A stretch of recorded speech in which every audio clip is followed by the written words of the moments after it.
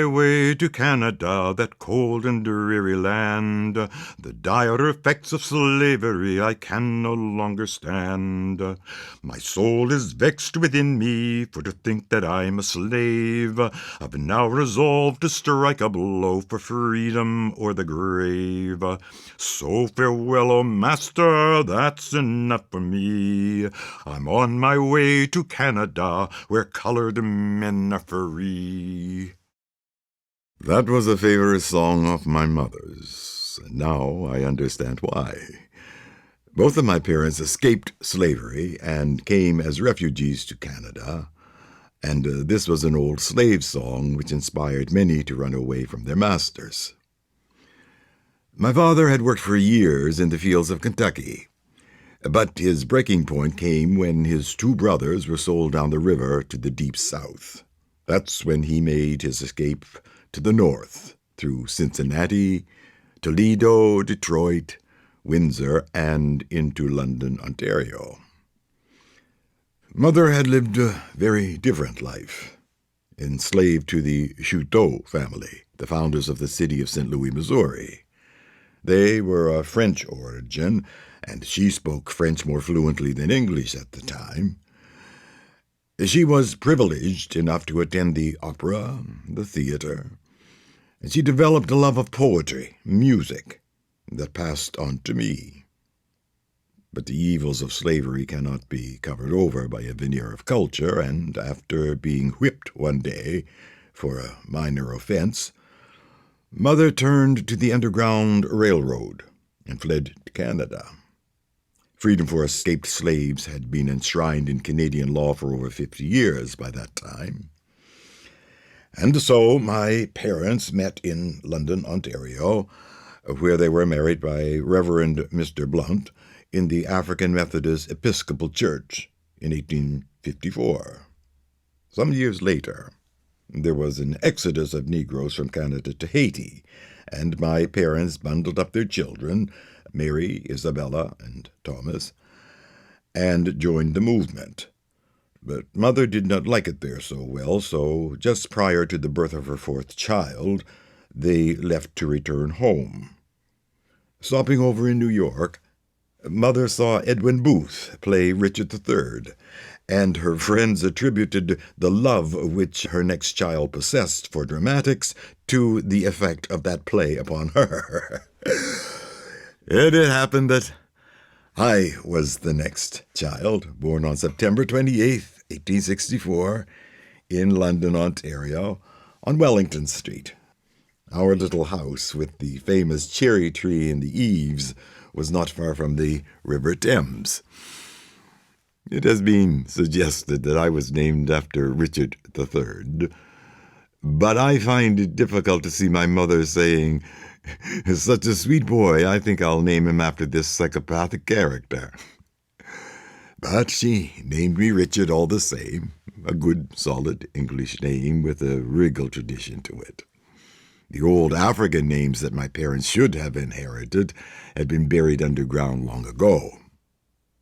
My early school days were the usual mix of making mischief with the chums and suffering scoldings from the stricter teachers.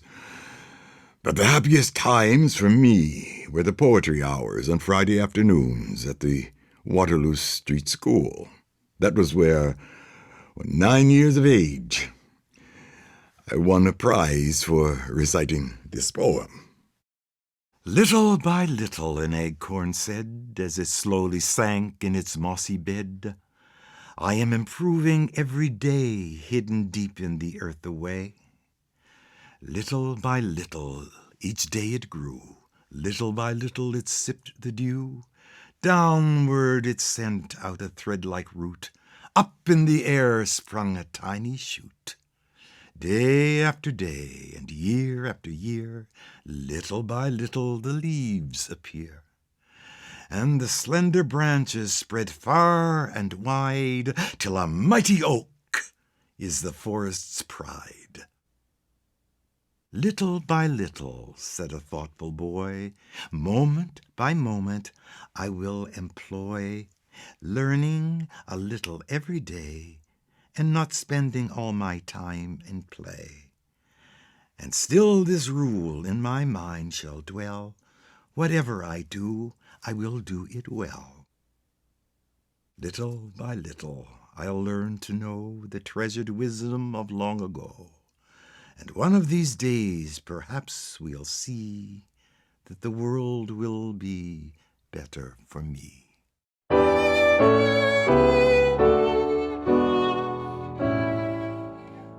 I did take some of the lessons of that poem to heart, but I also loved baseball and shinny and hunting, and I knew every pond and every pool in the river.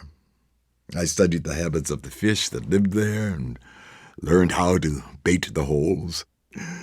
Many was the night that the Harrison dinner table displayed a meal from a nearby fishing hole or woodlot. More necessary than the joys of fishing and hunting was my having to be at the office of the London Advertiser in time to get my papers from old man Cameron so that I could be among the first on the street. I've seen very few tender-hearted newsboys when it comes to a place in line, and I can recall many of physical combat to hold my place. Nor did I always come out victorious. Prints of knuckles on my forehead, a discolored eye, a liberal flow of blood from my nose were all mine at times. One young fellow, Joe Hurley, was considered pretty tough. The bravest of hearts quivered when Joe was around. Most of the boys were perfectly willing to make a place for him in the line. One night, newspapers were in great demand because of the Donnelly murder trial. 5 family members had been killed by their neighbors out near Lucan, and the first defendant was facing charges in court. The excitement was running high, and there came the usual anxious line of rough and readies to the newspaper office, eager to get on the street with their extras. I went to the office direct from school, and surprised even myself with first place. After the line was possibly halfway down the alley, who should want to take my place at the head but Joe Hurley? I immediately decided that his desire to be head of the line would bring about not only an altercation, but such altercation that he would not need any part of the line. So, when the hero stepped quietly in front of me, I just as quietly punched him in the eye. Until now, despite the fact that the boys say I licked him, I am very doubtful. But I got my papers first, and while I could not see any too well, I noticed that Joe was second to get papers from Mr. Cameron. That night I sold more papers than ever before or since. Who would not say that both the murder news in the issue and the near murder in the alley were contributing factors?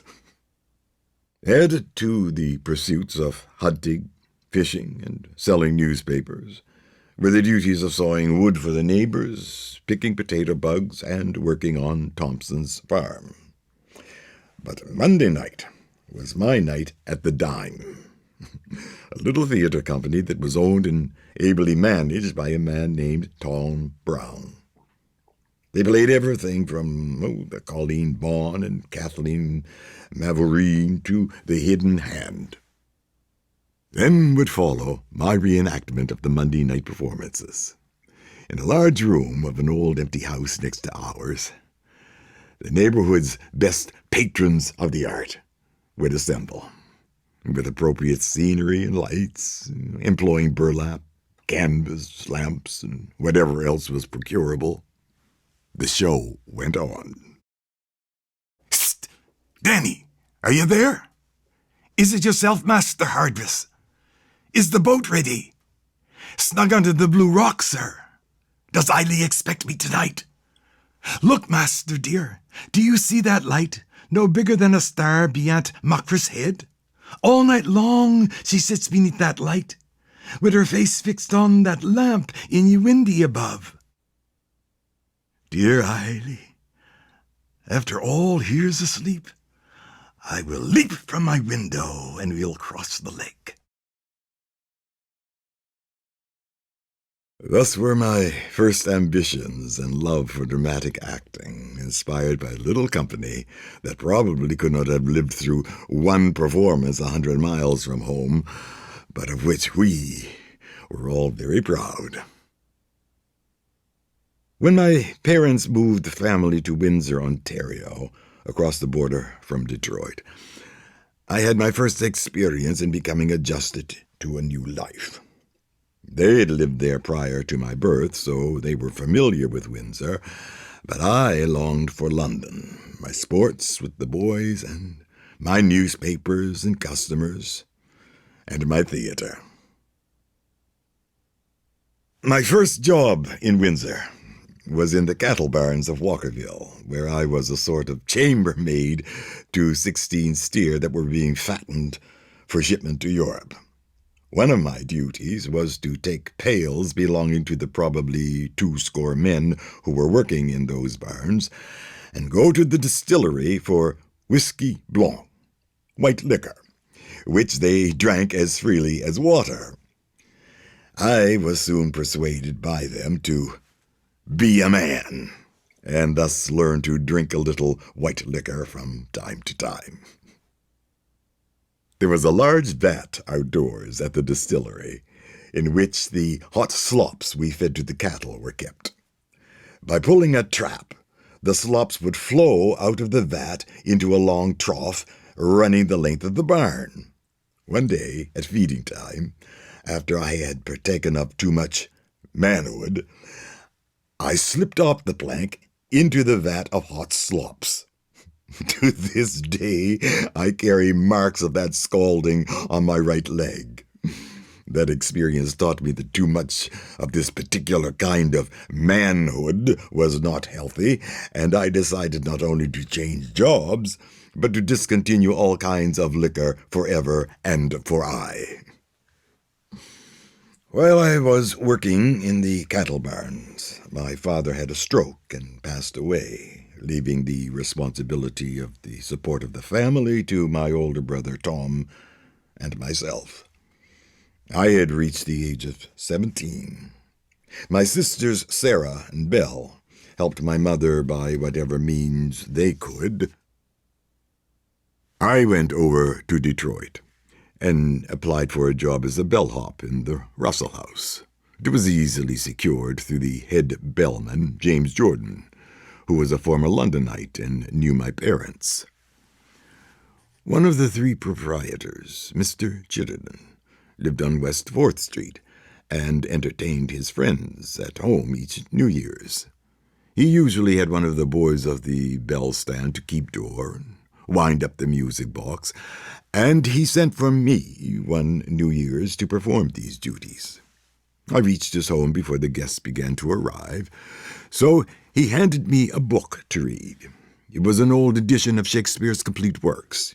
He said to me, "There is a character in there by your name, and if you have time, I would like for you to read about him." He turned to Richard III, the play Mother saw just before I was born. Of course, I became much interested. Now is the winter of our discontent made glorious summer by this son of York, and all the clouds that lowered upon our house in the deep bosom of the ocean buried. Now are our brows bound with Victoria's wreaths, our bruised arms hung up for monuments, our stern alarms changed to merry meetings, our dreadful marches to delightful measures. Grim-visaged war hath smoothed his wrinkled front, and now, instead of mounting barbed steeds to fright the souls of fearful adversaries, he capers nimbly in a lady's chamber to the lascivious pleasings of a lute. But I, that am not shaped for sportive tricks, nor made to court an amorous looking-glass, I that am rudely stamped, and want love's majesty to strut before a wanton ambling nymph, deformed, unfinished, sent before my time into this breathing world, scarce half made up, and that so lamely and unfashionable that dogs bark at me as I halt by them? Why, I, in this weak piping time of peace, have no delight to pass away the time, unless to spy my shadow in the sun and descant at mine own deformity.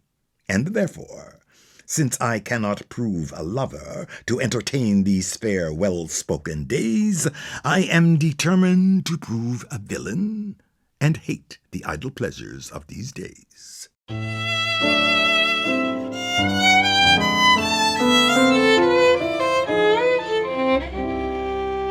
Little did I think at the time that my experience on West 4th Street that New Year's Eve would stimulate the ruling passion of my life.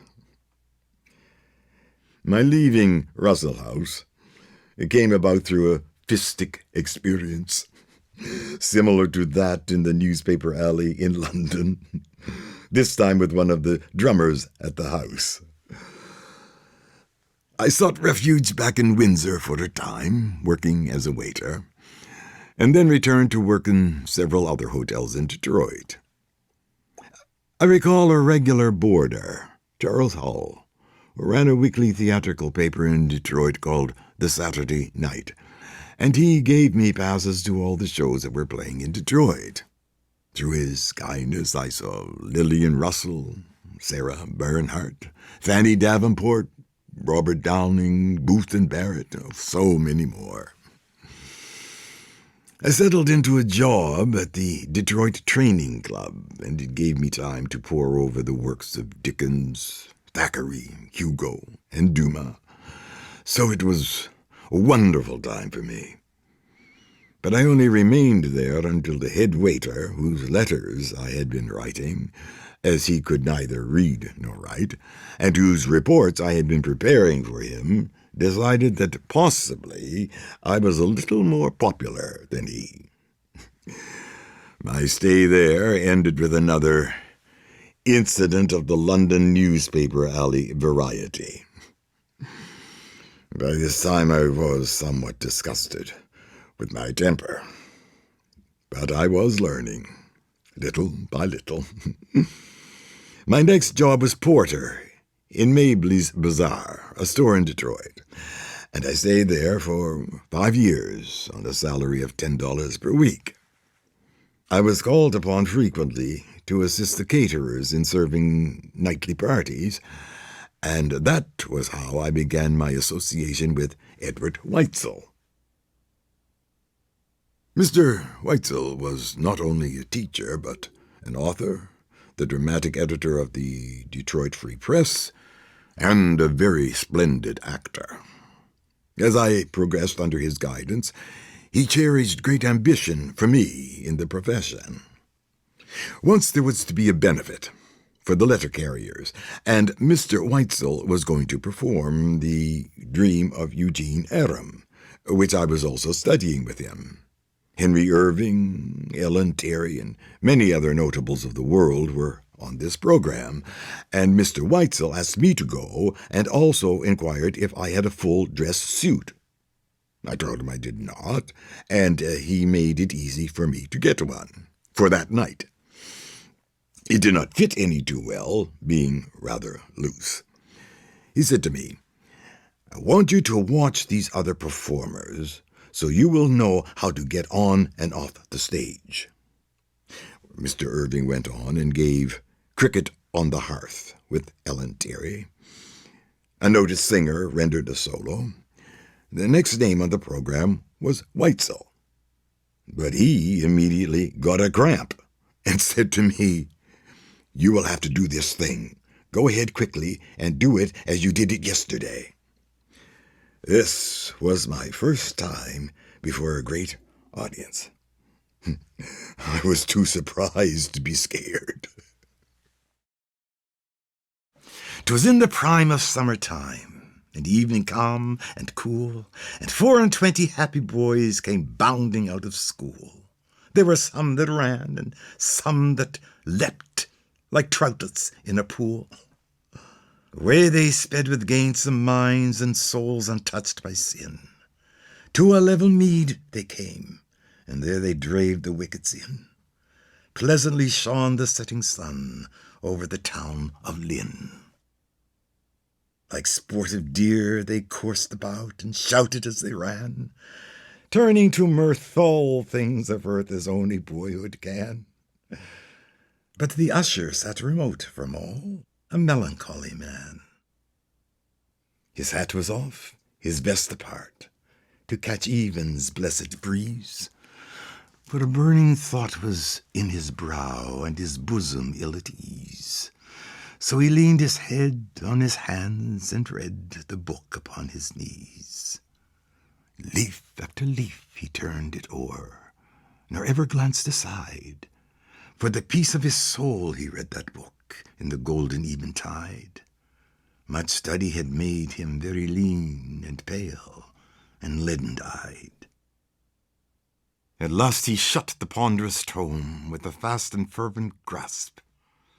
He strained the dusky covers close and fixed the brazen hasp.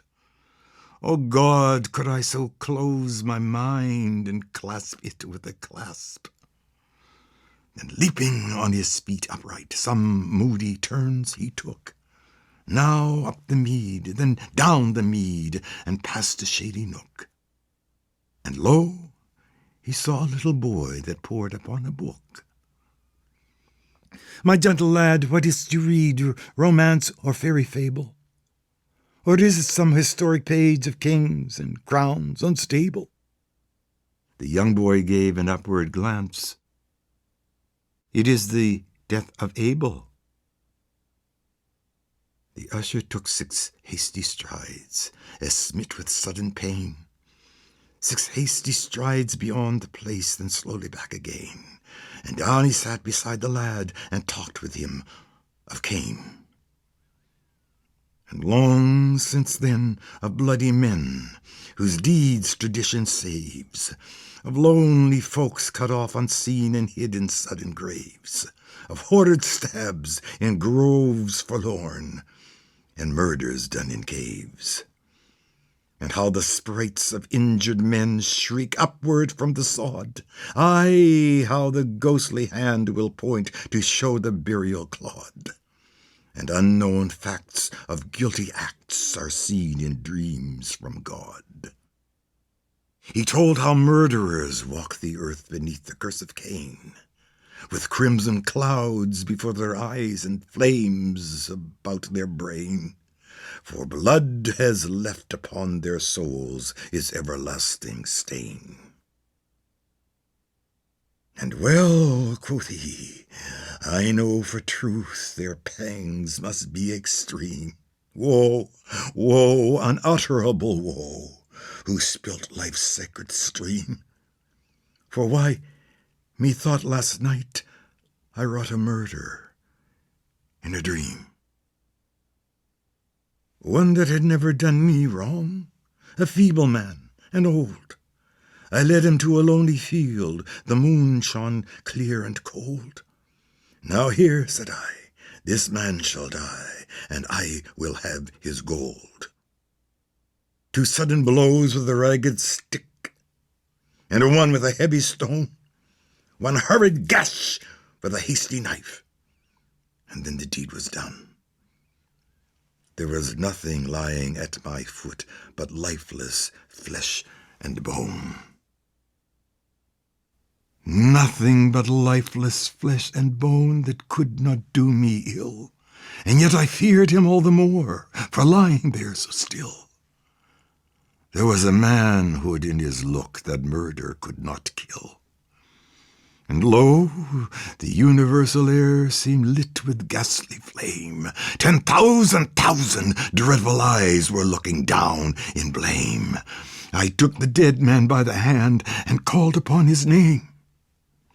And now, from forth the frowning sky, from the heavens' topmost height, I heard a voice, the awful voice of the blood-avenging sprite. Thou guilty man, take up thy dead and hide it from my sight. I took the dreary body up and cast it in a stream. A sluggish water, black as ink. The depth was so extreme. My gentle boy, remember, this is nothing but a dream. Down went the corse with a hollow plunge and vanished in the pool. Anon I cleansed my bloody hands and washed my forehead cool, and sat among the urchins young that evening in the school. Oh, heaven, to think of their white souls and mine so black and grim, I could not share in childish prayer nor join in evening hymn. Like a devil of the pit I seemed mid holy cherubim, and peace went with them, one and all, and each calm pillow spread. But guilt was my grim chamberlain that lighted me to bed, and drew my midnight curtains round with fingers bloody red. All night I lay in agony from weary chime to chime, with one besetting horrid hint that racked me all the time, a mighty yearning like the first fierce impulse unto crime. One stern, tyrannic thought that made all other thoughts its slave. Stronger and stronger every pulse did that temptation crave, still urging me to go and see the dead man in his grave. Heavily I rose up as soon as light was in the sky, and sought the black accursed pool with a wild misgiving eye, and I saw the dead in the river bed, for the faithless stream was dry. Merrily rose the lark, and shook the dewdrop from its wing. I never marked its morning flight, I never heard it sing, for I was stooping once again under the hoarded thing. With breathless speed, like a soul in chase, I took him up and ran. There was no time to dig a grave before the day began. In a lonesome wood, with heaps of leaves, I hid the murdered man. And all that day I read in school, but my thoughts were otherwhere. As soon as the midday task was done, in secret I went there, and a mighty wind had swept the leaves, and still the corpse was bare. Then down I cast me on my face, and first began to weep, for I knew my secret then was one that earth refused to keep, or land, or sea, though he should be 10,000 fathoms deep. So wills the fierce avenging sprite till blood for blood atones. Aye, though he's buried in the cave and trodden down with stones, and years have rotted off his flesh, the world shall see his bones. Oh God, that horrid dream besets me now awake.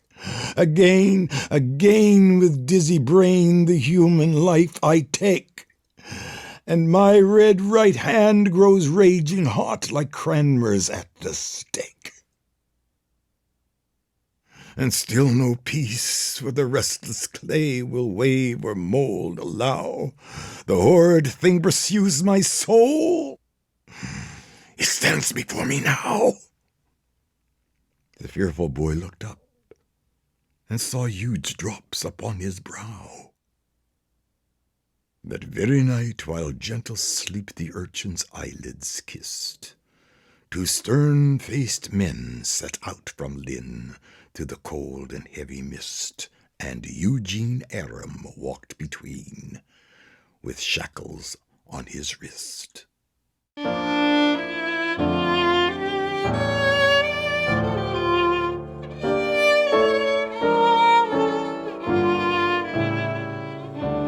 When it was over, I descended the stairs in my loose-fitting suit. I don't remember much, and it was only afterwards that I realized that it must have gone fairly well, as the now recovered Mr. Weitzel seemed pleased. My first big public recital. It wasn't long before Lewis Morrison came through Detroit playing Mephistopheles in Faust. It happened that the man who was playing Dr. Faustus was taken sick. His understudy had neither sufficient stature nor voice, so he asked Mr. Weitzel to furnish him an actor for the part. Weitzel came to me and said, "I want you to meet Lewis Morrison." After a very pleasant chat, I recited several selections for them, including The Dream of Eugene Aram. Morrison seemed pleased with my renditions, and then made a proposition that took me entirely out of this world of care and sorrow. It was that I should play Dr. Faustus with him. Ha! What a sudden rapture leaps from this! I view through all my senses swiftly flowing. I feel a youthful, holy, vital bliss in every vein and fiber newly glowing. Having seen the play, and been thrilled by the wonderful acting of Morrison and his company, I immediately accepted. I do not think anything was said about salary. That was the least of my considerations. I knew I would make more than $10 a week. That night I began to review the role of Dr. Faustus, thrilled with the knowledge that this work was to culminate in my first experience as a professional actor. I've studied now philosophy and jurisprudence, medicine, and even, alas, theology. From end to end, with labor keen, and here, poor fool, with all my lore I stand, no wiser than before. These 10 years long, with many woes, I've led my scholars by the nose, and see that nothing can be known. That knowledge cuts me to the bone. I'm cleverer, true, than those fops of teachers, doctors, and magistrates, scribes, and preachers. Neither scruples nor doubts come now to smite me, nor hell nor devil can longer affright me. For this all pleasure I am foregoing. I do not pretend to aught worth knowing. I do not pretend I could be a teacher to help or convert a fellow creature. Then, too, I've neither lands nor gold, nor the world's least pomp or honor hold. No dog would endure such a cursed existence. Wherefore, from magic I seek assistance, that many a secret perchance I'll reach through spirit power and a spirit speech, that I may detect the inmost force which binds the world and guides its course. Its germs, productive powers explore, and rummage in empty words no more. I went to sleep that night with the words of the play hovering above me. But the next day, I was told that the offer to play Dr. Faustus had been rescinded. The company would not act with a colored man. Having kept the proposition to myself, my humiliation was entirely individual. My disappointment can be imagined. I continued to study, nevertheless, and before long, Madame Maria came through, playing Josephine, the Empress of the French. She was the guest of Mr. Weitzel one Sunday at dinner, and he had me meet her and recite. She proposed that I should join her company and play the part of Napoleon. The part of Napoleon was not a very big one, but it was picturesque and necessary. I had grown a bit skeptical after the Faust experience, but I accepted the proposition, with not even the least idea that it would materialize. Consequently, I was not very much disappointed when I was again told that on account of my color, the company objected to my membership. Now this matter of race had grown to be very serious. I had ambitions to go on the stage. There was no colored stage except minstrels and jubilee singers. For neither of these did I have any ability. I could not join a white company. I was determined to act.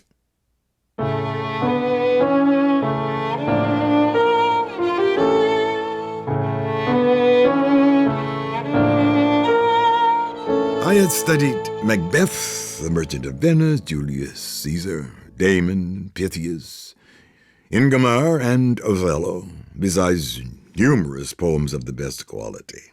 In fact, I had a head full of goods and no market. So, I determined to organize a company of my own, an all-colored, one-man company under the sole management of myself. I felt that if I could play Macbeth, I could also play Macduff and Banquo and Lady Macbeth and Malcolm and Donalbain and the Three Witches. In fact, the whole army and all the rest of the characters, including the porter. After I had my cast pretty well rehearsed, I reviewed The Merchant of Venice with special attention to the parts of Shylock, Antonio, Bassanio, Portia, Gobbo and his daddy, the Duke, and the general ensemble. Not only would I demand the pound of flesh, but also would keep myself from getting it. When these two plays had sufficiently progressed, I decided it was not quite enough for a repertory company, so I took up Julius Caesar. I acted the part of Caesar himself, also that of Brutus and Cassius who stabbed him, and Mark Antony who orated over his body and brought the stabbers to an untimely end on the fields of Philippi.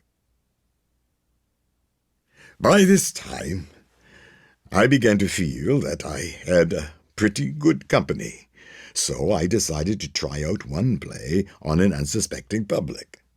There was a good crowd at the recital where I was on the program with others. I chose a scene from The Merchant of Venice.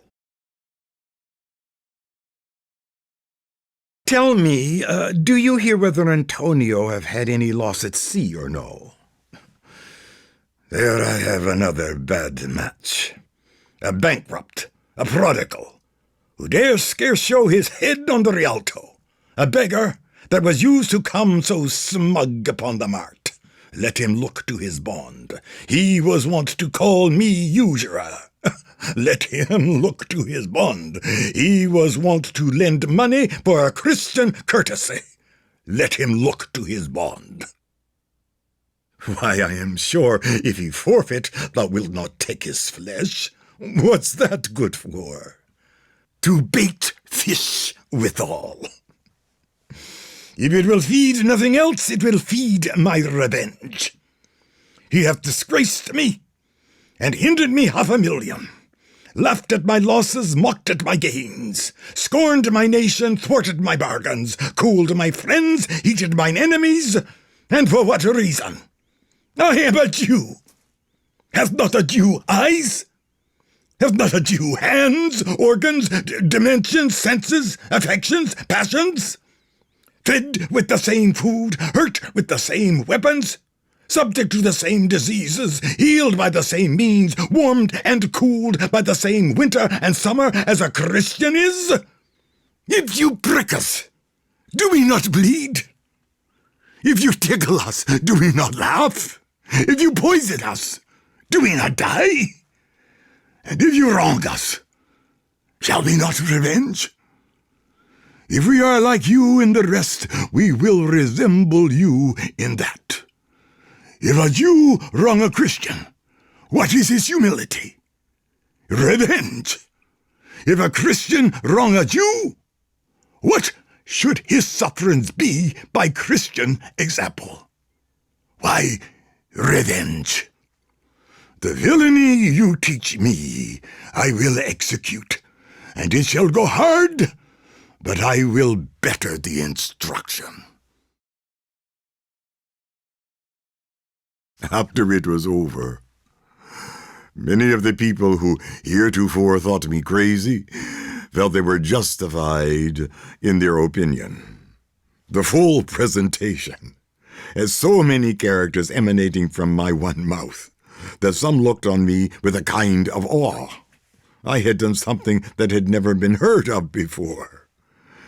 An article in the Detroit Plain Dealer the next day expressed admiration not so much for my reading, but for the temerity I showed in attempting to hold an audience for 30 minutes in one recitation. All I needed, it said, was plenty of practice. Little did they know that I had done nothing but practice for 2 years. If I was sweeping a floor, my broom was wielded to the rhythm of Friends, Romans, Countrymen. If I was washing a window, I would have my pound of flesh. If I was working in the stockroom, there was a dagger scene of Macbeth enacted. And when I was told to hurry to get a crate of china on account of the impending storm, it was done to the accompanying thought of Damon's return unto Pythias. But with all the various and sundry opinions of my friends, there began to rise up something that caused them to call on me very often to assist on programs, especially in the churches. Soon they referred to me as our Richard the Reader, which was, of course, very encouraging.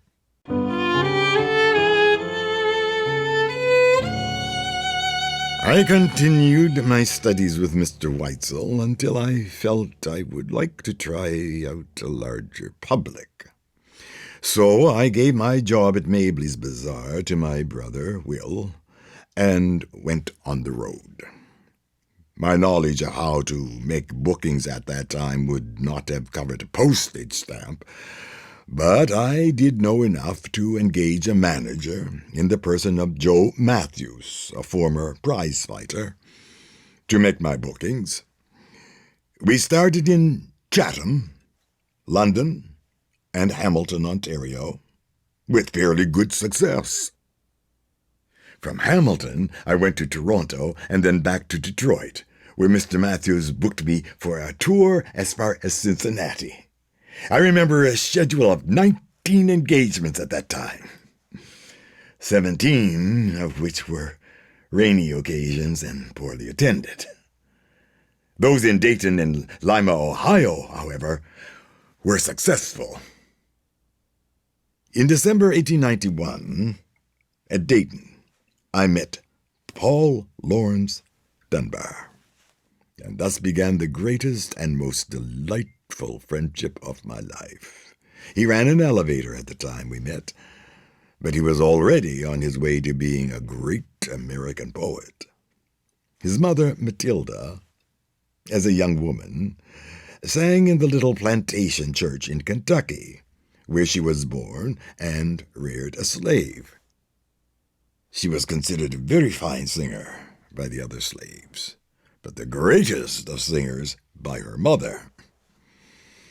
They had a young mistress who attended a school in Boston, now known as the New England Conservatory of Music.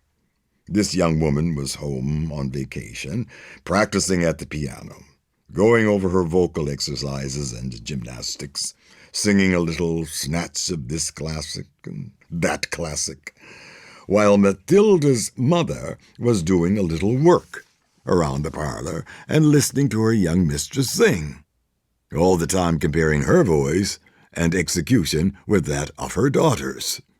Finally, in a fit of disgust and impatience to stand it any longer, she turned to her and said, "Go away and quit that noise, Miss Lucy. Put that music book away."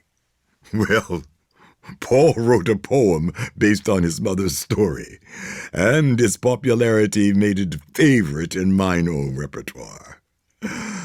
He called it When Matilda Sings, but his mother was too embarrassed to allow her real name to be used, so he had to change it. Thus, then, is When Melindy Sings. Go on and quit that noise, Miss Lucy. Put that music book away. What's the use to keep trying if you practice till you're gray? You can't start no notes of flying like the ones that rants and rings from the kitchen to the big woods when Melindy sings. You ain't got the natural organs for to make them sounds come right. You ain't got the turns and twistings for to make it sweet and light. Tell you one thing now, Miss Lucy, and I'm telling you for true. When it come to real right singing, 'tain't no easy thing to do. Easy enough for folks to holler, looking at the lines and dots, when they ain't no one can sense it and the tune comes in spots. But for real melodious music that just strikes your heart and clings, just you stand and listen with me when Melindy sings. Ain't you never hear Melindy? Bless his soul, take up the cross. Look here, ain't you joking, honey? Well, you don't know what you lost. You ought to hear that gal a-warbling. Robins, larks, and all them things hush their mouths and hides their faces when Melindy sings. Fiddling man just stop here fiddling, lay his fiddle on the shelf. Mockingbird quit trying to whistle, 'cause he just so ashamed himself. Folks are playing on the banjo, drops their fingers on their strings. Bless your soul, forgets to move 'em when Melindy sings. She just spreads her mouth and hollers, "Come to Jesus," twell you hear sinners trembling, steps and voices, timid-like, drawing near. Then she turns to Rock of Ages, simply to the cross she clings, and you find your tears a-drapping when Melindy sings. Who that says that humble praises with the master never counts? Hush your mouth. I hear that music as it rises up and mounts, floating by the hills and valleys, way above the burying sod, as it makes its way to glory, to the very gates of God. Oh, it's sweeter than the music of an educated band, and it's dearer than the battle song of triumph in the land. It seems holier than evening when the solemn church bells ring, as I sit and calmly listen while Melindy sings. Towser, stop that barking, hear me. Mandy, make that child keep still. Don't you hear the echoes calling from the valleys to the hills? Let me listen. I can hear it, through the brush of angels' wings. Soft and sweet, swing low, sweet chariot, as Melindy sings.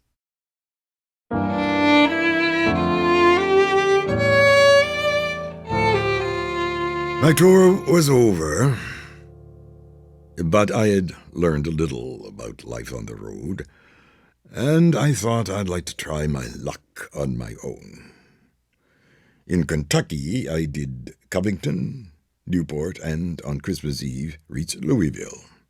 Through an old Canadian friend there, I found a comfortable stopping place and stayed in the city during the holidays. The Kentucky folk were very kind to me. I recited in the colored high school and several of the churches, and left there with a larger purse than I had ever possessed before in my life.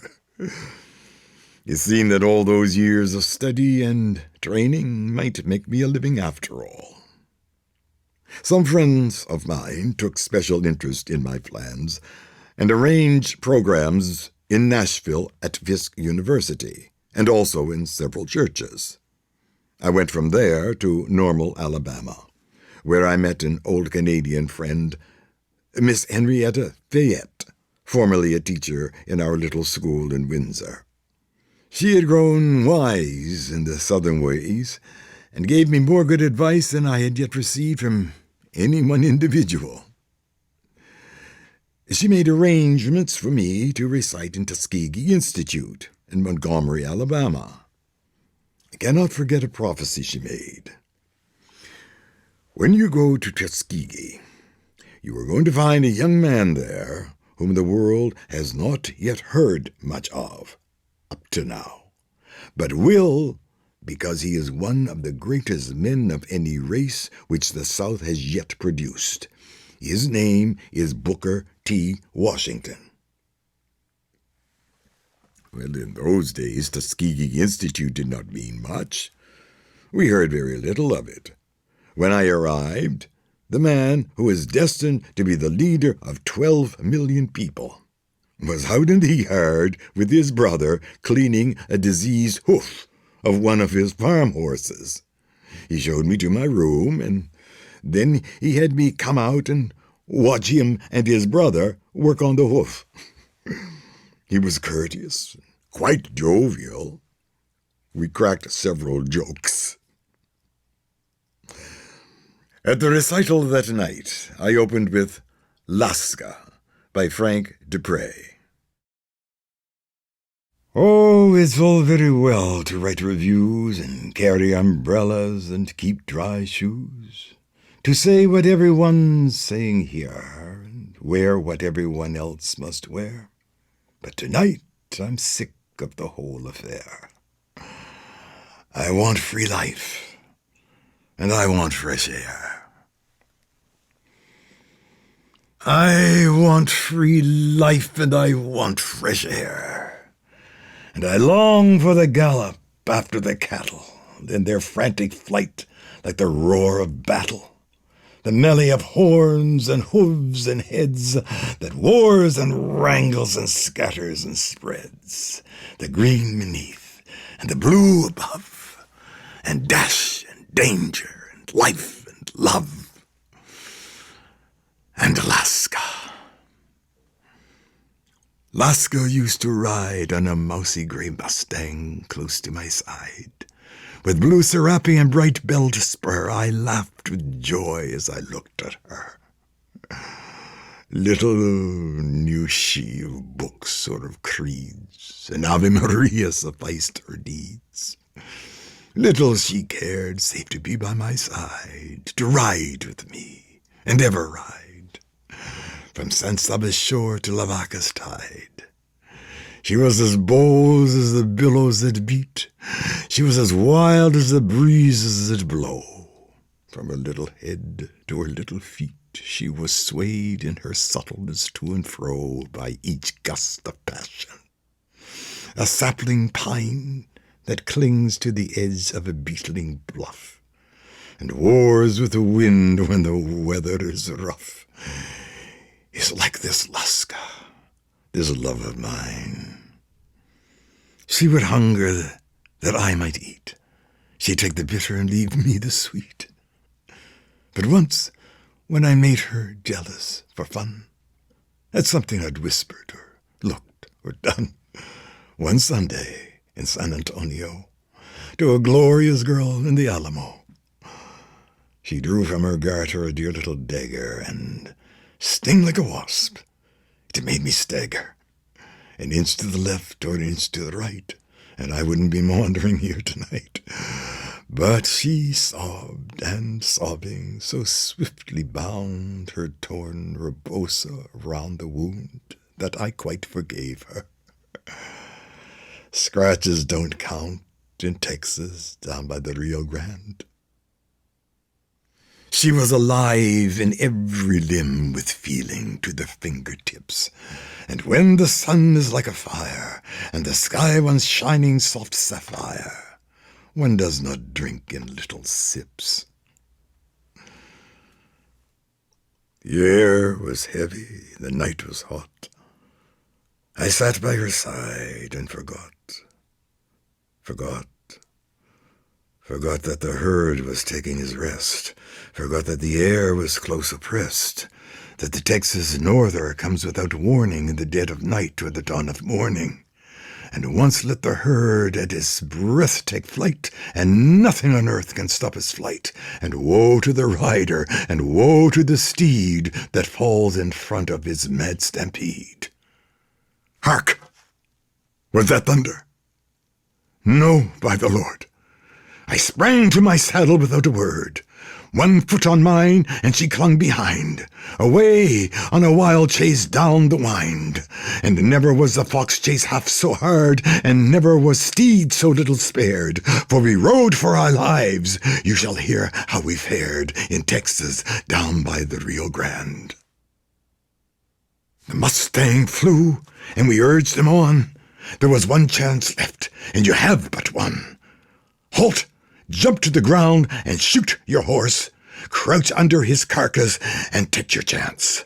And if the steers, in their frantic course, don't batter you both to pieces at once, you may thank your stars, or else goodbye to the quickening kiss and the long-drawn sigh, to the balmy air and the open sky in Texas down by the Rio Grande. The cattle gained on us, and just as I felt for my old six-shooter behind in my belt, down came the Mustang, and down came we, clinging together, and what was the rest? A body that spread itself over my breast, 2 arms that shielded my dizzy head, 2 lips that close to my lips were pressed. Then came thunder in my ears, as over a surge the sea of steers, blow that beat blood into my eyes. And when I could rise, Lasca was dead. I gazed at a grave a few feet deep, and there in earth's bosom I laid her to sleep. And there she is lying, and no one knows, 'neath summer's sun and winter's snows. Full many a day the flowers have spread a pall of petals over her head. And the little gray hawk hangs aloft in the air, and the sly coyote trots here and there, and the black snake glides and glitters and slides into a rift in a cottonwood tree. And the buzzard sails on, and comes, and is gone, stately and still like a ship at sea. And I wonder why I do not care for the things that are, like the things that were. Just have my heart lie buried there in Texas, down by the Rio Grande.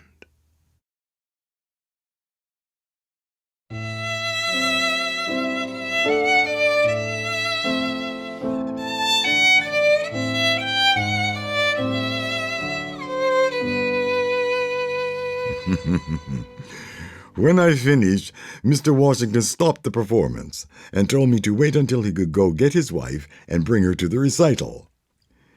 He had me recite Lasca over again for her before I could proceed with the rest of the program. On the train from Tuskegee to Montgomery the next day, I sat in the coach designed for colored people. Some called it the James Raven, others the Jim Crow. Some hunters got on with 5 dogs and 2 colored men with a couple of sacks of game. They let the colored men and the dogs into the coach I was sitting in, while they went back to the other coach where neither was allowed. It struck me as something very pathetic, and I grieved in silence at such a condition.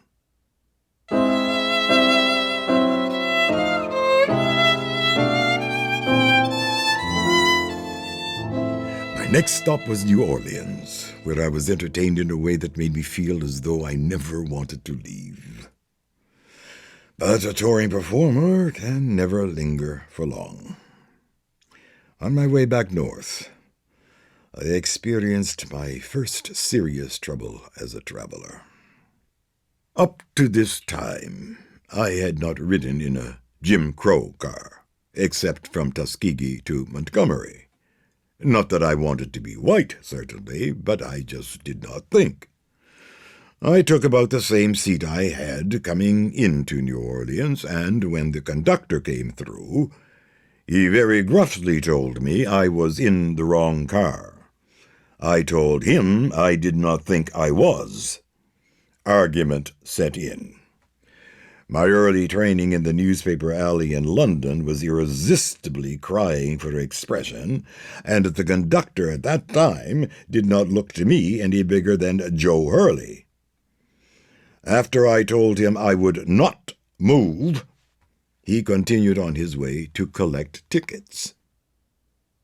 Just before the conductor returned, Mr. James Hill, who was at that time postmaster at Vicksburg, Mississippi, came in and sat down beside me.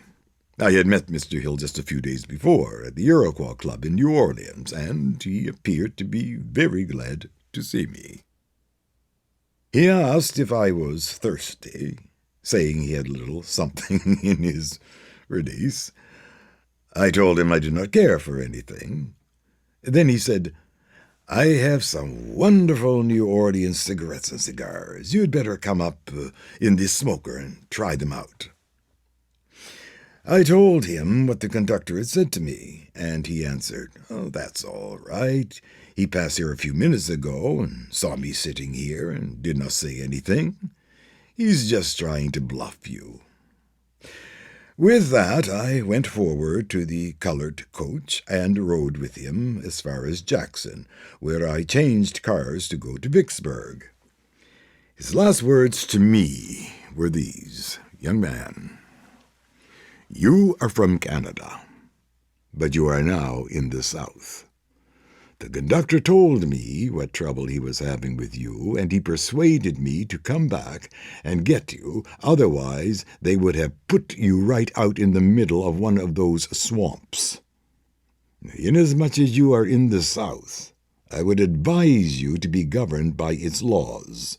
Otherwise, you will meet with a very untimely end. You don't have to come down here, but if you do come, do not try to change conditions in the way you tried today. This conductor is backed by the state legislature, and he is only doing his duty. So be careful." From Mississippi, I went into Arkansas, and then north to Chicago, Milwaukee, and St. Paul.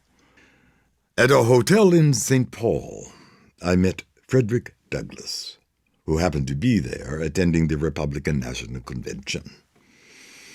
He was especially interested in my work and told me it was his greatest ambition to be an actor. He wanted to play Othello. For fully a half hour at a time, on several days, he would recite to me scenes between the Moor and Iago. "Excellent wretch, perdition catch my soul, but I do love thee. And when I love thee not, chaos is come again." "My noble lord." "What dost thou say, Iago? Did Michael Cassio, when you wooed my lady, know of your love?" "He did, from first to last. Why dost thou ask?" "But for the satisfaction of my thought, no further harm." "Why of thy thought, Iago?" "I did not think he had been acquainted with her." "Oh, yes, and went between us very oft." "Indeed." One day Mr. Douglass asked me what I thought was the strongest word that Shakespeare had written in any of his plays, and told me it was the word "indeed" when it is spoken by Iago. I wonder if the world was not robbed of possibly one of the greatest Othellos the stage has ever seen. He introduced me in St. Paul at the African Methodist Episcopal Church. When my program was finished, as a sort of postlude to it, he remarked, "I am willing to leave the dramatic future of my race to Richard B. Harrison." He gave me a big job.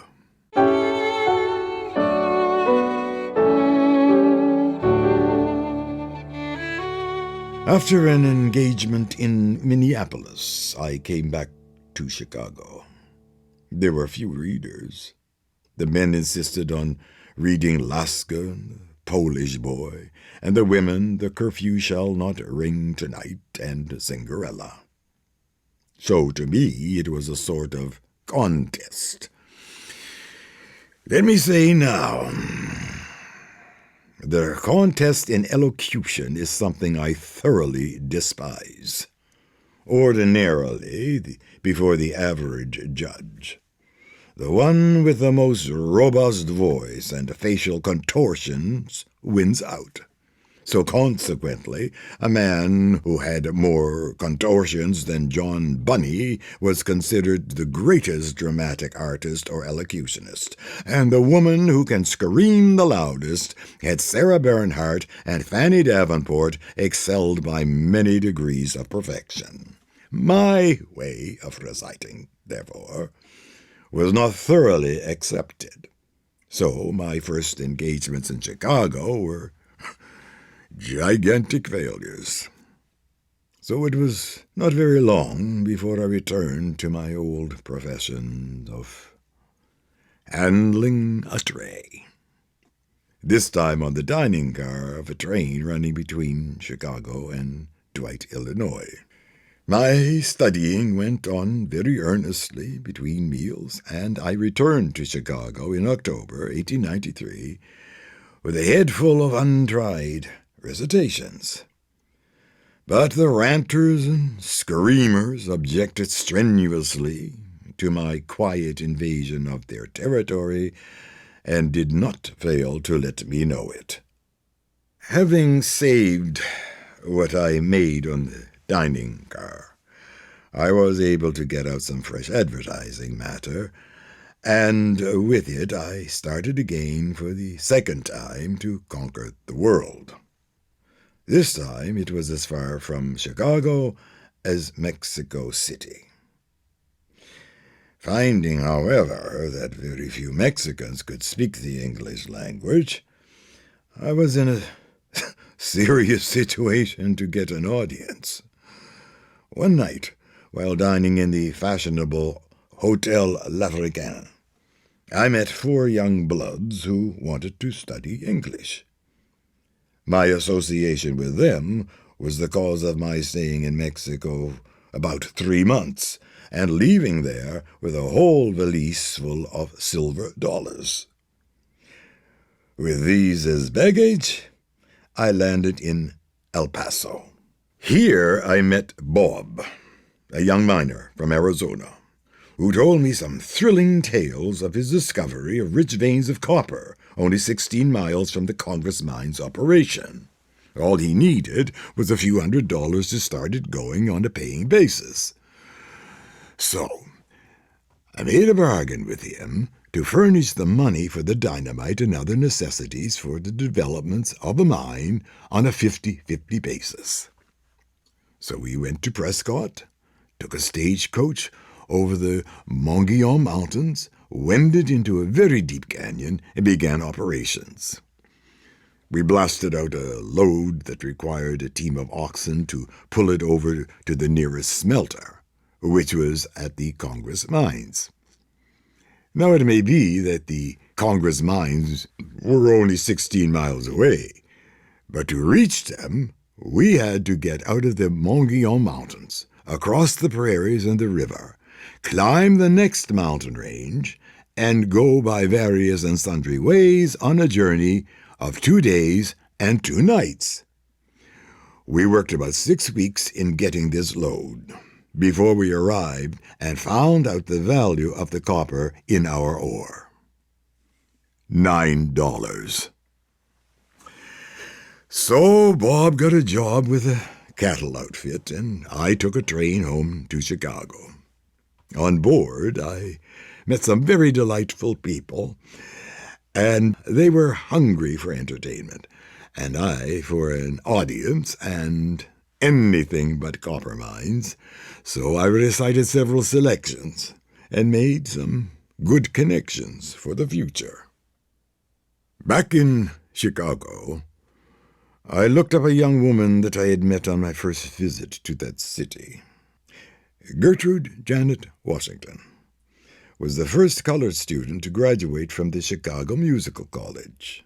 After a suitable courtship, we were married, and with her encouragement, I began to work in local politics as an organizer and speaker. One of the hazards of a political career, of course, is that when your candidate loses an election, you are out of a job. This happened to me after 3 years, so I went back onto the trains to wait tables for a time, and then secured a stationary office job with the Pullman Company. Before long, we celebrated the arrival of a boy whom we named Lawrence, after my good friend, Paul Lawrence Dunbar.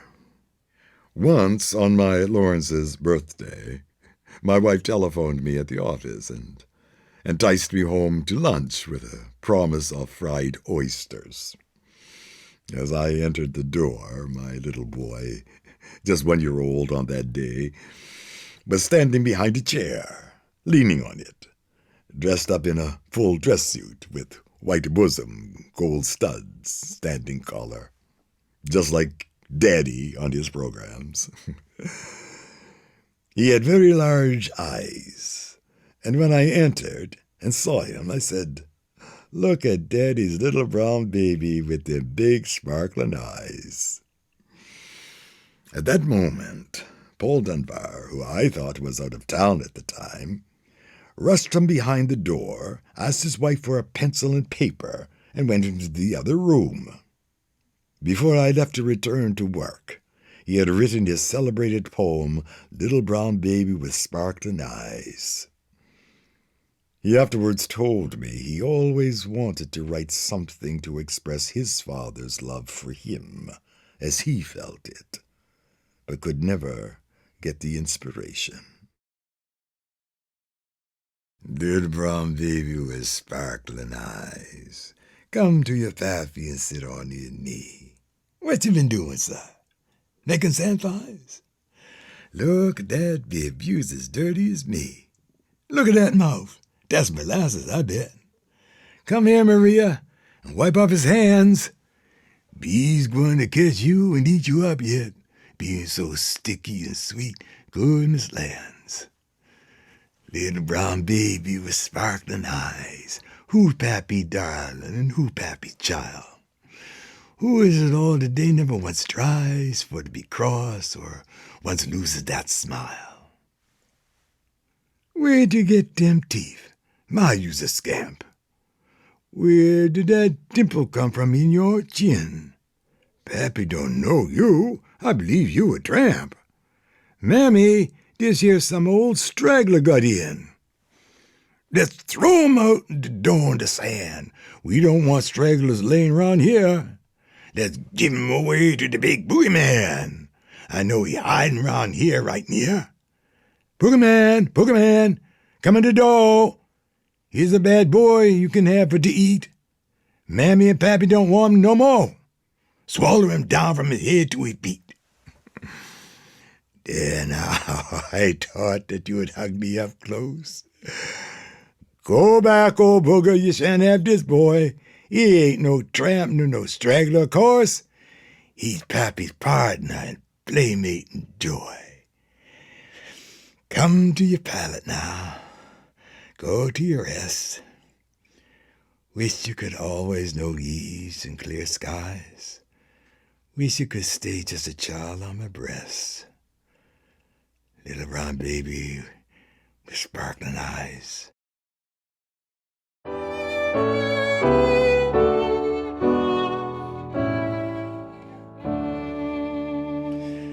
I was keeping up with my recitals all the time, but I felt the need to try out new prospects, so after 5 years with the Pullman Company in Chicago, I carried my family to California with a letter of introduction to the general manager of the Santa Fe at Los Angeles.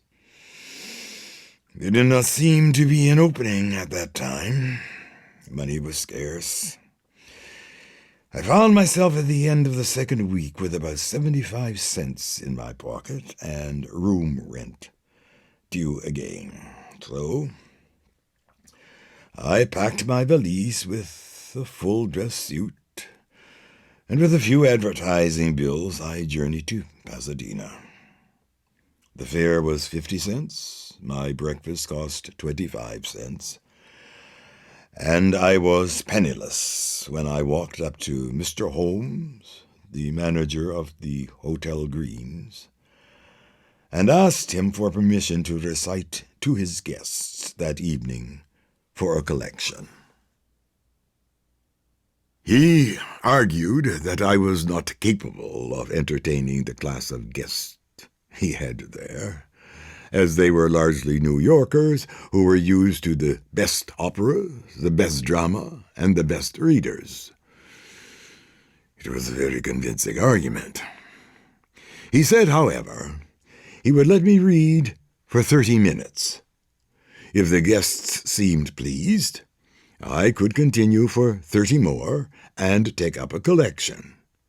If they did not seem pleased, I would quit at the end of my 30 minutes without a collection. I nodded and said, "Do you think that I could also get a bite of dinner?" He looked at me sympathetically and said, "All right. I'm going to give you also a room to dress in, and if you want to stay here tonight, that is all right with me too." After I dressed and had dinner, he told me to stay in my room until he called for me. You can imagine my delight when I entered the Romanesque room to see it was crowded. Provision had been made for the bellboys to take my collection on little trays. I opened with Dunbar's "When Melindy Sings" and "Little Brown Baby," and then tried out Hugh Antoine Darcy's "The Face in the Barroom Floor." 'Twas a balmy summer evening, and a goodly crowd was there, which well-nigh filled Joe's barroom on the corner of the square. And as songs and witty stories came in through the open door, a vagabond crept slowly in and posed upon the floor. "Where did it come from?" someone said. "The wind is blowing it in." "What does it want?" another cried. "Some whiskey, rum, or gin?" "Here, Toby, seek him. If your stomach's equal to the job, I wouldn't touch him with a fork, he's such a filthy slob." This badinage the poor wretch took with stoical good grace. In fact, he smiled as though he had thought he had struck the proper place. "Come, boys, I know there's kindly hearts among so good a crowd. To be in such good company would make a deacon proud. Give me a drink, that's what I want. I'm out of funds, you know. When I had cash to treat the gang, this hand was never slow. What? You laugh as though you thought this pocket never had a sou. I once was fixed as well, my boys, as any one of you." Thanks. That's braced me nicely. God bless you one and all. Next time I pass this good saloon, I'll make another call. Give you a song? No, I can't do that. My singing days are past. My voice is cracked, my throat's worn out, and my lungs are going fast. Say, give me another whiskey and I'll tell you what I'll do. I'll tell you a funny story and a fact, I promise to. That I was ever a decent man. Not one of you would think, but I was some 4 or 5 years back. Say, give me another drink. Fill her up, Joe. I want to put some life into my frame. Such little drinks to a bum like me are miserably tame. 5 fingers! There, that's the scheme. And cork and whiskey, too. Well, here's luck, boys. And, landlord, my best regards to you. You've treated me pretty kindly, and I'd like to tell you how I came to be the dirty sot you see before you now. As I told you once, I was a man with muscle frame and health, and but for a blunder ought to have made considerable wealth. I was a painter, not one that daubed on bricks and wood, but an artist, and for my age was rated pretty good. I worked hard at my canvas, and was bidding fair to rise, for gradually I saw the star of fame before my eyes. I made a picture perhaps you've seen. It's called The Chase of Fame. It brought me £1,500 and added to my name. And then I met a woman. Now comes the funny part. With eyes that petrified my brain and sunk into my heart. Why don't you laugh? 'Tis funny that the vagabond you see could ever love a woman and expect her love for me. But 'twas so, and for a month or two her smiles were freely given, and when her loving lips met mine, it carried me to heaven. I was working on a portrait one afternoon in May of a fair-haired boy, a friend of mine, who lived across the way, and Madeline admired it, and much to my surprise, said that she'd like to know the man that had such dreamy eyes. It didn't take long to know him, and before the month had flown, my friend had stolen my darling, and I was left alone. And ere a year of misery had passed above my head, the jewel I had treasured so had tarnished, and was dead. That's why I took to drink, boys. Why, I never saw you smile. I thought you'd be amused and laughing all the while. Why, what's the matter, friend? There's a teardrop in your eye. Come laugh like me. 'Tis only babes and women that should cry. Say, boys, if you give me just another whiskey, I'll be glad. And I'll draw right here a picture of the face that drove me mad. Give me that piece of chalk with which you mark the baseball score, and you shall see the lovely Madeline upon the barroom floor. Another drink, and with chalk in hand the vagabond began to sketch a face that well might buy the soul of any man. Then as he placed another lock upon the shapely head, with a fearful shriek he leaped and fell across the picture, dead.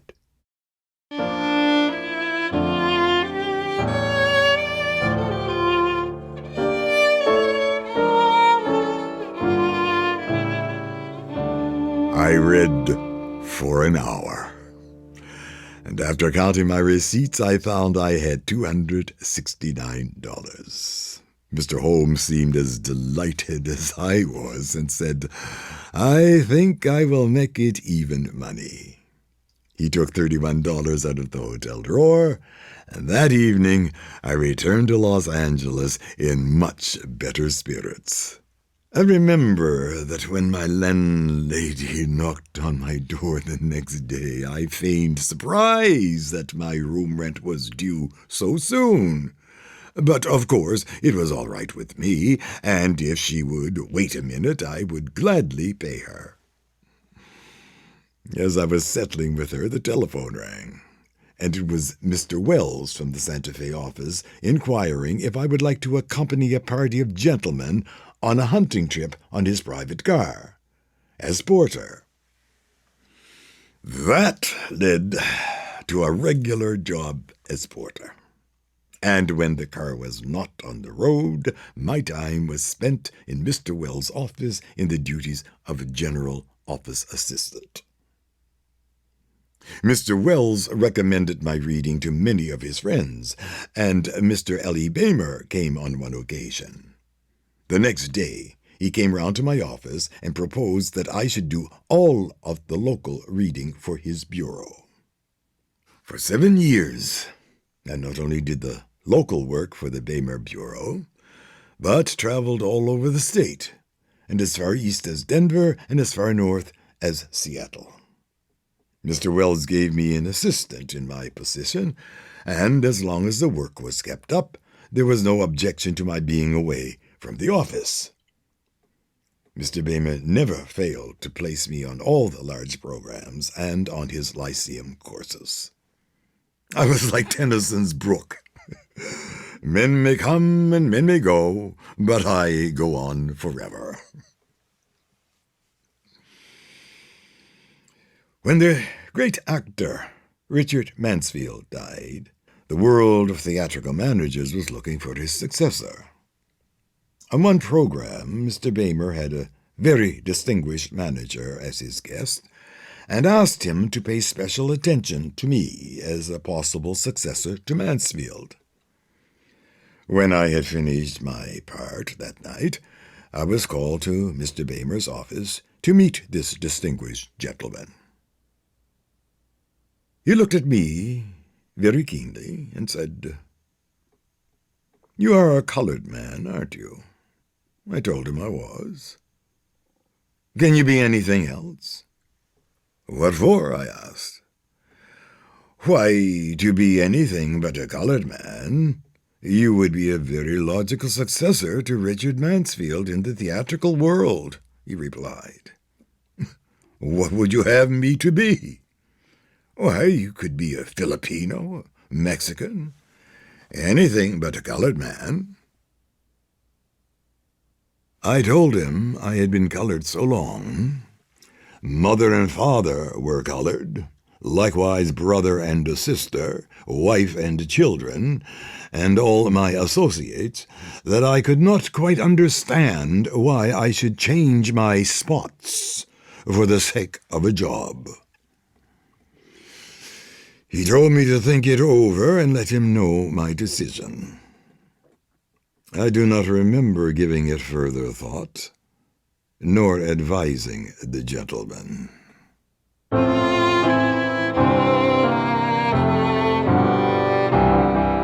After 7 years in California, I was out on the road again.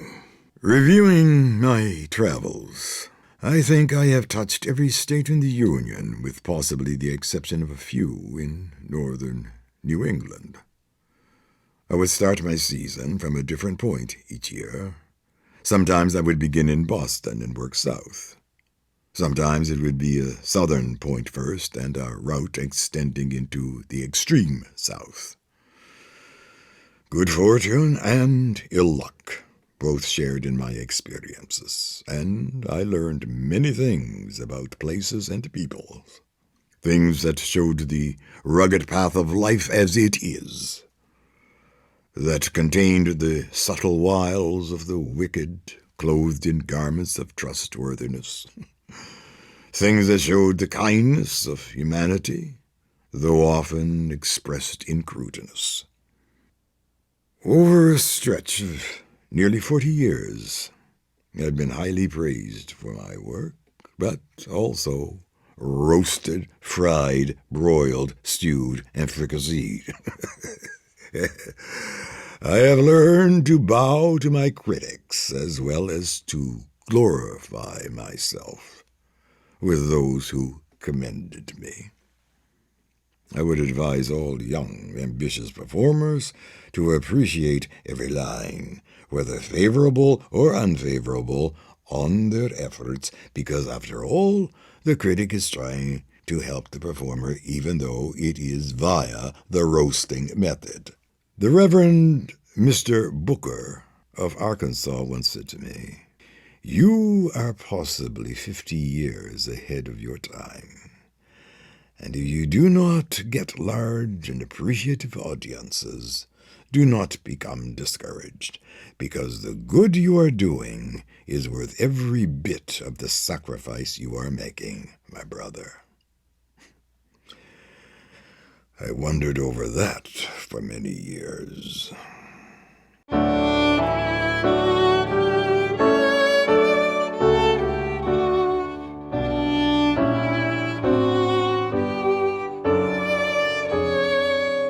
My life took another turn when the president of the Agricultural and Technical College in Greensboro, North Carolina, invited me to organize a dramatic school and conduct it during the summer. The first summer's work was with a small class of 17. The next summer brought these 17 back, and before the enrollment had closed, I had a class of nearly 50. The majority of whom were teachers. During each summer, through 1929, we continued the 6 weeks dramatic school. It broadened its scope from statewide to southwide, and I recall the task I had that last summer with a class of 150 students, all eager to study dramatics and to have some outstanding part in the public performances. It was difficult work, but the joy of it so overwhelmed my soul that my body suffered no ill effects. That summer, we put on 6 plays ranging from Shakespeare to Gilbert and Sullivan. One year, we put on The Merchant of Venice with what I considered to be one of the best school casts possible. Unfortunately, the night before the production, my Shylock had an accident, and I had to go on to do the part myself. From that experience, I got a new slant on the character, as usually portrayed in the play. I tried to cultivate and make a personality out of Shylock different from any I had ever seen. Probably it is because I am of a race that has been oppressed for many years that I see Shylock not as a money-loving character, whose greed for cash submerged all other instincts, but as a race-loving character, with the courage to rebut any and everything and any and everybody who tries to oppress or insult him by considering him inferior. After all, maybe my Shylock was a Negro. What judgment shall I dread, doing no wrong? You have among you many a purchased slave, which, like your asses and your dogs and mules, you use in abject and in slavish parts, because you bought them. Shall I say to you, let them be free? Marry them to your heirs? Why sweat they under burthens? Let their beds be made as soft as yours, and let their palates be seasoned with such viands. You will answer, the slaves are ours. So do I answer you, the pound of flesh which I demand of him is dearly bought. 'Tis mine, and I will have it.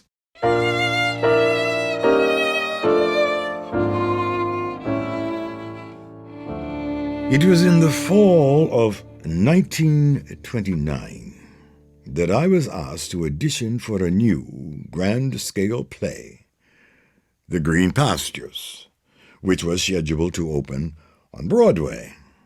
I had heard all about it because it employed a very large Negro cast and a full gospel choir, and a great many of the finest actors in New York had already secured positions in the production. Personally, I was skeptical. This was a play that was written by a white man, Mr. Mark Connolly, who was also going to direct the play. And while I have no reason to doubt Mr. Connolly's character, there is a long and unfortunate history of portrayals of Negroes on the white stage. We can say that this period commenced in the age of minstrels, which had its beginning back in the slave days. Masters would call upon their slaves to entertain their guests. These performances were clever and always original. They provided entertainment of such a popular type that the white actors soon imitated and capitalized these stunts, and before long the minstrel type of entertainment was the vogue in the theater. It is unfortunate, though, that this form of entertainment fixed a stage tradition which has never been entirely broken. It placed the Negro in the minds of other races as a happy-go-lucky, loud-mouthed, wide-grinning, irresponsible sort of person. I had no great desire to contribute in any way to the humiliation of Negro people on the stage. In addition to this very strong reservation to taking on any role in this show, it was to be a biblical story, based on the first 5 chapters of the Holy Scriptures. And I was to play Lord God, creator of heaven and earth. I have a great respect for my religion and for the work that is done by the churches, especially in their role as the cultural and spiritual centers of Negro life. So the dangers of taking on this role were multiplying in my mind.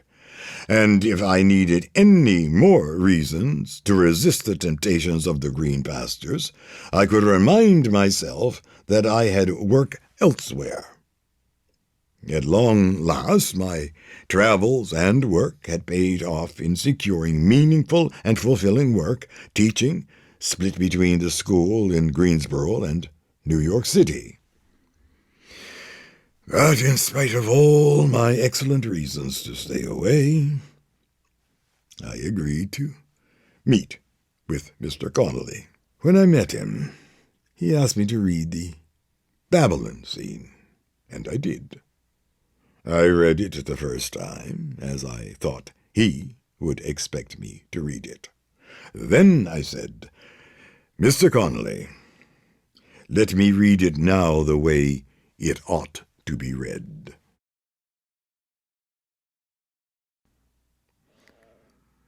That's about enough. I stood all I can from you. I tried to make this a good earth. I helped Adam. I helped Noah. I helped Moses, and I helped David. What's the grain that grew out of the seed? Sin. Nothing but sin throughout the whole world. I've given you every chance. I sent you warriors and prophets. I've given you laws and commandments, and you betrayed my trust. Everything I've given you, you have defiled. Every time I've forgiven you, you mocked me. Listen, you children of darkness, your Lord is tired. I'm tired of the struggle to make you worthy of the bread I gave you. So I renounce you. Listen to the words of your Lord God Jehovah, for they is the last words you ever hear from me. I repent of these people that I have made, and I will deliver them no more.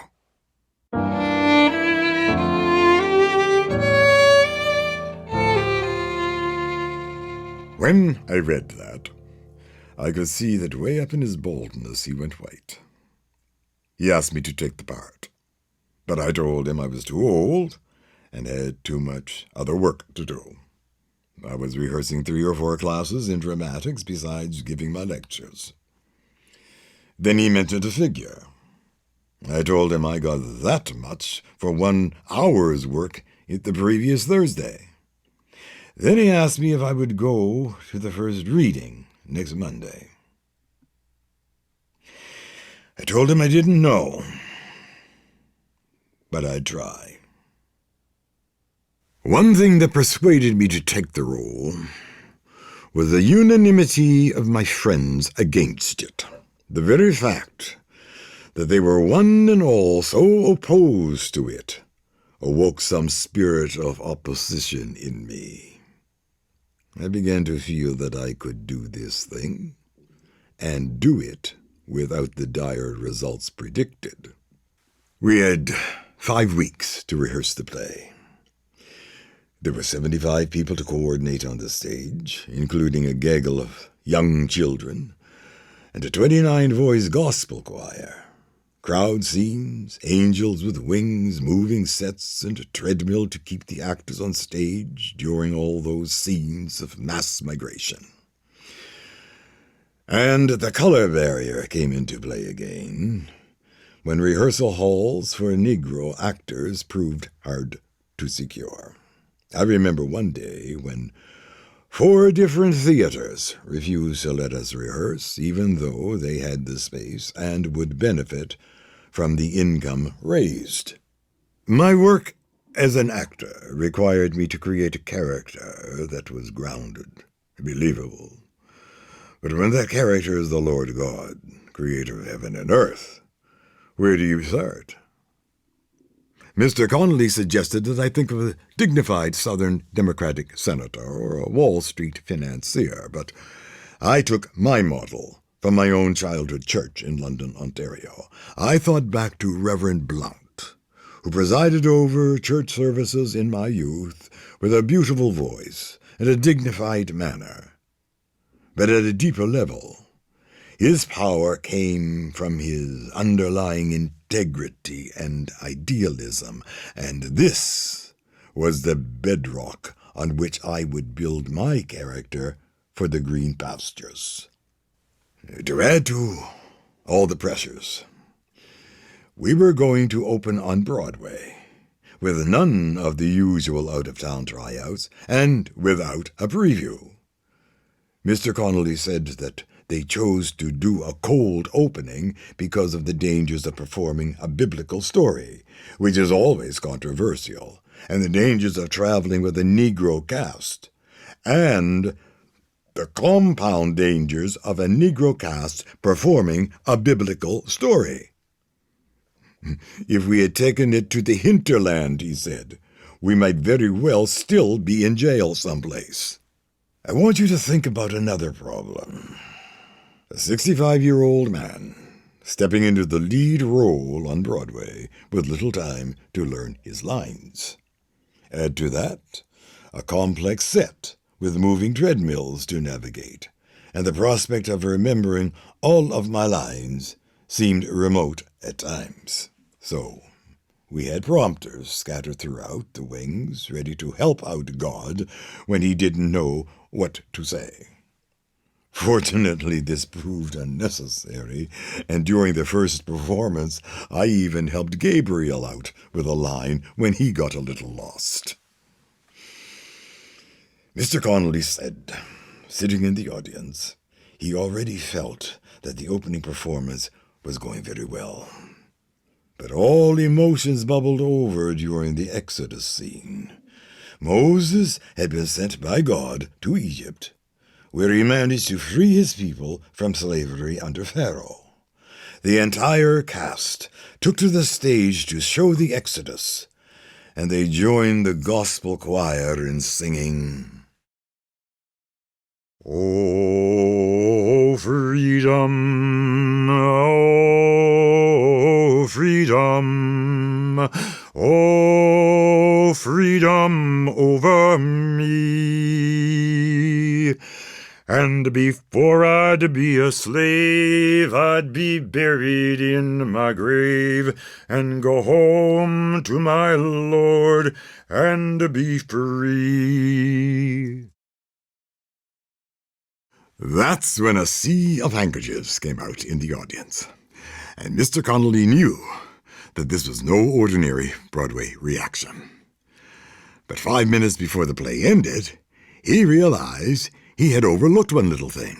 He hadn't organized any curtain calls. He went backstage, grabbed a hold of an assistant, and said, "I think they're going to like it, so when the curtain goes down, just hold it through the applause." After the show, All hell was busting loose in the audience, as Mr. Connolly put it, and he said to us, "We'll have 2 curtain calls. Up, down, up, down. Then I'll rearrange you." Once that had happened, he had to start breaking the cast up into little groups, and finally he had us going out one at a time, taking individual bows. He kept up for half an hour. And so the Green Pastures was up and running. During the second week of the run, there was a party for us up in Harlem at Florence Mills's club. The success of the show meant a lot to the cast, many of whom were always struggling to keep a roof over their heads and food on their plates. The jokes and the songs were flying high, and that night was the first time I'd ever heard the song "Happy Days Are Here Again." It had just come out, and we all sang it as though we meant it. And what was it that people were reacting to in the Green Pastures? I think it has something to do with the challenge that is laid before the audience, that we are seeing the workings of the mind of God, and he is contemplating the awful possibility that humanity may have been a big mistake. Once we had an audience hooked into that question, then they felt that they were watching a story about their own lives, with their own fate at stake, their own souls even. We tapped into their spiritual hunger, I think, even though most of them weren't aware of any such hunger when they walked into the theater. People were not used to being made to think and feel that way, especially in the modern age, and especially on Broadway. It was a stirring up of something sublime within us all, whether we relate ourselves to the old-time religion or not. It must be said, though, that some of the Negro writers shared my initial skepticism of putting Negro performers on the white stages of Broadway. One opined that he would rather see a Negro run an elevator and retain his self-respect and the respect of his people than to clown nightly for the amusement of his oppressors. Another dismissed the Green Pastures as a magnificent piece of 3-ply hokum. But that was not my experience with the people I have met. I think everyone that has had the price of a ticket has come to see it. They always come to tell me how they have enjoyed it. I haven't known one yet not to be enthusiastic. That enthusiasm was enough to keep the production fueled for 3.5 years, including 2 runs in New York and a national tour. It even happened that one leg of the tour took us into Canada, and I got to give 3 performances at the Grand Theatre in my hometown of London. I was greeted at the train station by the mayor and a handful of my old baseball chums who reveled in the attention they got from newspaper reporters looking for stories about growing up with the headliner of a Broadway show, and a few tall tales were told. George Boyce said, "Back in the 70s, Dick Harrison used to be with me floating down at the old Clark's Bridge with a fishing pole in one hand and Hamlet in the other." Frank Remley brought up the old mystery of our house by the river being burned down after my family moved away. Some had seen it as a rather sinister conclusion to our London years, but he said, "Oh no, we burned it down ourselves. We would not have allowed another family to replace the Harrisons in that dear old house." My brother, Reverend William Harrison, came to town for the occasion, and at the Rotary Club luncheon at Hotel London, I was awarded the freedom of the city. In my speech, I told them, "My father and mother came here as runaway slaves, and London met them with open arms, helped them to find themselves in this new freedom. Now their children come back again to the city and are greeted and honored with arms extended wide. I am the happiest man in the world."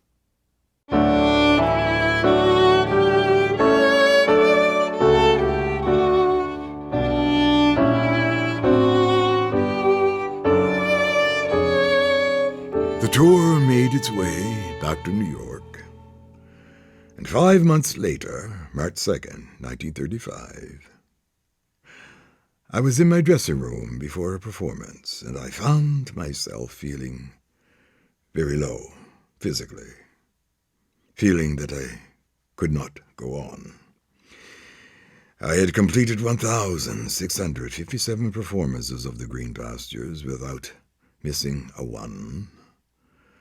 But my heart and my body were telling me that the unbroken streak must come to an end.